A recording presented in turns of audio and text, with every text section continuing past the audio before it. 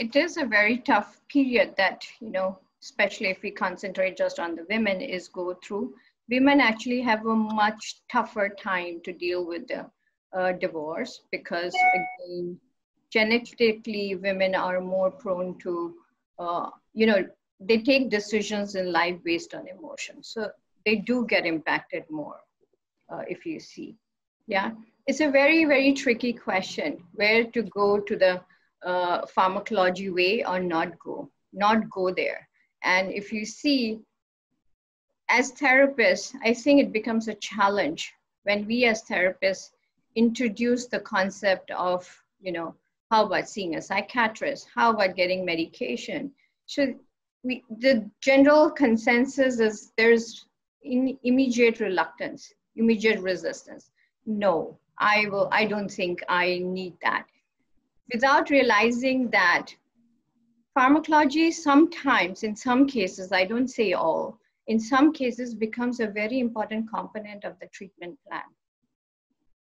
So there are two ways actually people approach this. So either they first see a psychiatrist and then the psychiatrist recommend that the client, along with the pharmacology, works with a therapist, or sometimes it's the other way around. The client comes to or people come to the therapist, and then the individual works with the therapist in deciding what is best. How do we go forward in the treatment plan?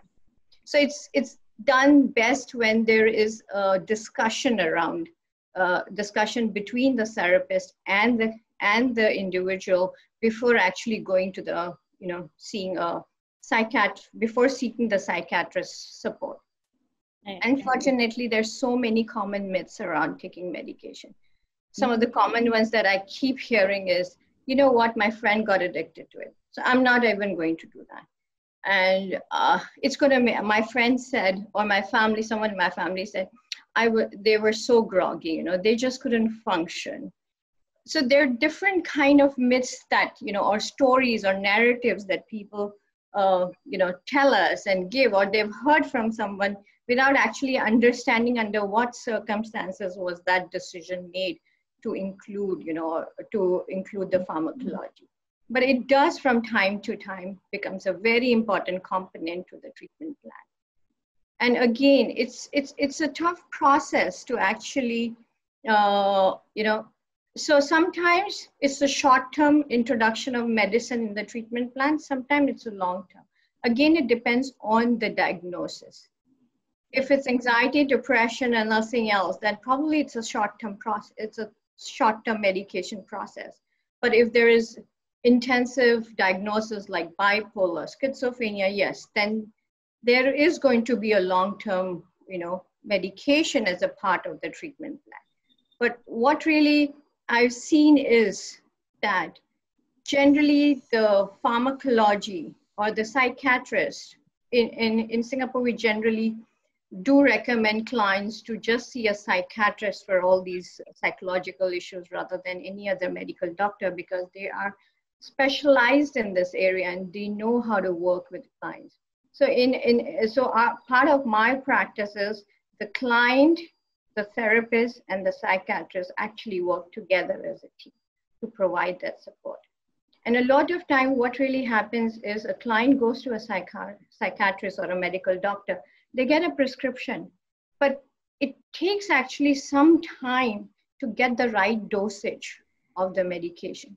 Till the dosage is adjusted, and it takes a few visits to the psychiatrist to ensure that it is effective. Because if the dosage is low than what is required, it's not going to help. If it's too much, then it's also not going to help. So it's about being patient. It's about trying and working as a team to get that thing right. And if you see, divorce is an issue.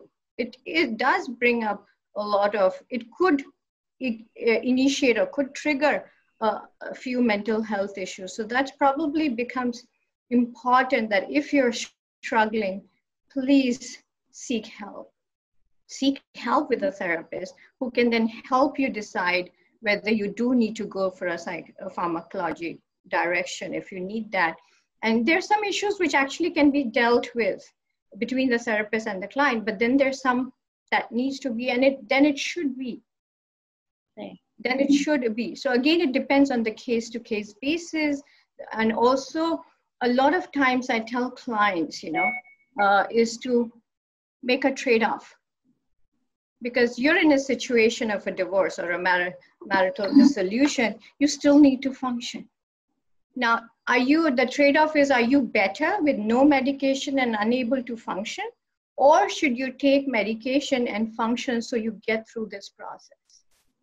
Because eventually you have to deal with what is coming with the divorce. You've got to pick yourself up and start your life all over. And if they're kids, if they're parents, then it becomes even more imperative. It becomes more important for you to pick yourself up and go that. So then in that situation, the medication actually becomes a very small part of the whole process. Because eventually you've got to get up and start functioning. Definitely. So I have a continuation to that question.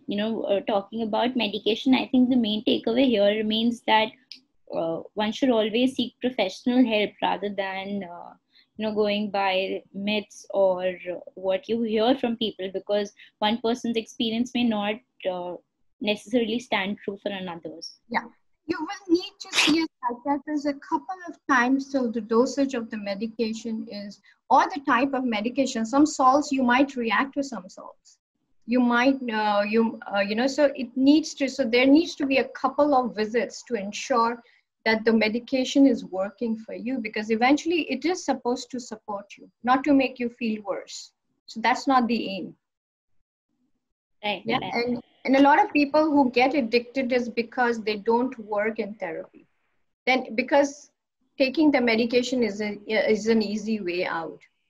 But your issues are not going to go till you work it out in the therapy. So they need to go, pharmacology and therapy needs to go hand in hand. I think that's a very important point you mentioned, because a lot of times we, usually see that people prefer, addressing their problems via medication rather than working it out. They see it as an easy way out.